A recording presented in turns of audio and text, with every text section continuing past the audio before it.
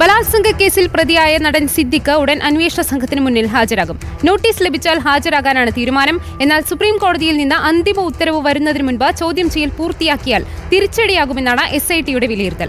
അന്തിമ ഉത്തരവിന് ശേഷം മാത്രം മതി ചോദ്യം ചെയ്യലെന്ന തീരുമാനത്തിലാണ് നിലവിൽ അന്വേഷണ സംഘം. സ്വമേധയാ ഹാജരായാലും ചോദ്യം ചെയ്യേണ്ടെന്ന തീരുമാനത്തിലാണ് പോലീസ്.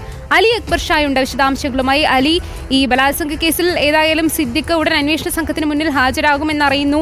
ഒപ്പം തന്നെ ഈ ഹാജരായാൽ തന്നെ ഈ ചോദ്യം ചെയ്യലുമായി പെട്ടെന്ന് മുന്നോട്ട് പോകണ്ട എന്നാണോ അന്വേഷണ സംഘത്തിന്റെ തീരുമാനം?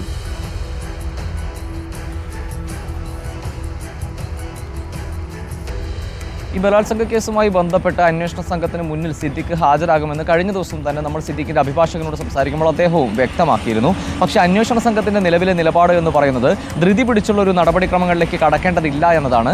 ഈ ധൃതി പിടിച്ചുള്ള ഒരു ചോദ്യം ചെയ്യലോ മറ്റ് നടപടികളിലേക്കോ ഒന്നും അന്വേഷണ സംഘം ഉടൻ കടക്കുന്നതും ഉണ്ടാകില്ല.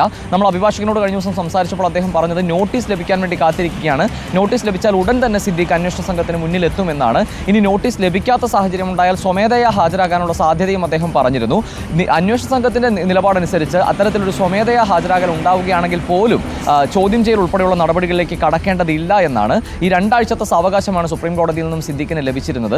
ഈ 2 ആഴ്ച കാലത്തിനിടയിൽ ഈ സുപ്രീം കോടതി അടുത്ത നടപടിയിലേക്ക് കടക്കുന്നതിന് മുൻപ് ഒരു ചോദ്യം ചെയ്യലോ മറ്റ് നടപടിക്രമങ്ങളോ ഉണ്ടായാൽ അത് അന്വേഷണത്തെ വിപരീതമായി ബാധിക്കുമെന്ന നിഗമനത്തിലാണ് നിലവിൽ അന്വേഷണ സംഘമുള്ളത്. അതുകൊണ്ട് തന്നെ സ്വാഭാവികമായും ഈ 2 ആഴ്ച കാലം അവസാനിക്കുന്നതിനോട് അടുത്ത് തന്നെ ഈ സിദ്ദിഖിനെ കസ്റ്റഡിയിൽ വാങ്ങി ചോദ്യം ചെയ്യുന്നതിൻ്റെയും അതുപോലെ തന്നെ അറസ്റ്റിൻ്റെയും ആവശ്യകത സുപ്രീം കോടതിയെ അറിയിക്കുക എന്നതാണ് ഇപ്പോൾ നിലവിൽ അന്വേഷണ സംഘം മുന്നോട്ട് വെക്കുന്ന ഒരു നിഗമനം എന്ന് പറയുന്നത്. ആ നിലയിലുള്ള മുന്നോട്ട് പോക്കായിരിക്കും അന്വേഷണ സംഘത്തിൻ്റെ ഭാഗത്തുനിന്നും ഉണ്ടാവുക.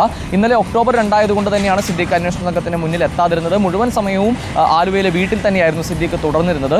ഇന്നോ നാളെയോ ആയി സ്വാഭാവികമായും ഒരു സ്വമേധയാ ഹാജരാകൽ സിദ്ദിഖിൻ്റെ ഭാഗത്തുനിന്നും ഉണ്ടാകുമെന്നാണ് അഭിഭാഷകരുടെ വാക്കുകളിൽ നിന്നും നമ്മൾ മനസ്സിലാക്കുന്നത്. അതുകൊണ്ട് തന്നെ ഇന്നോ നാളെയോ ആയി സിദ്ദിഖ് പ്രത്യേക അന്വേഷണ സംഘത്തിന് മുന്നിൽ കേസുമായി ബന്ധപ്പെട്ട് ഹാജരായേക്കും.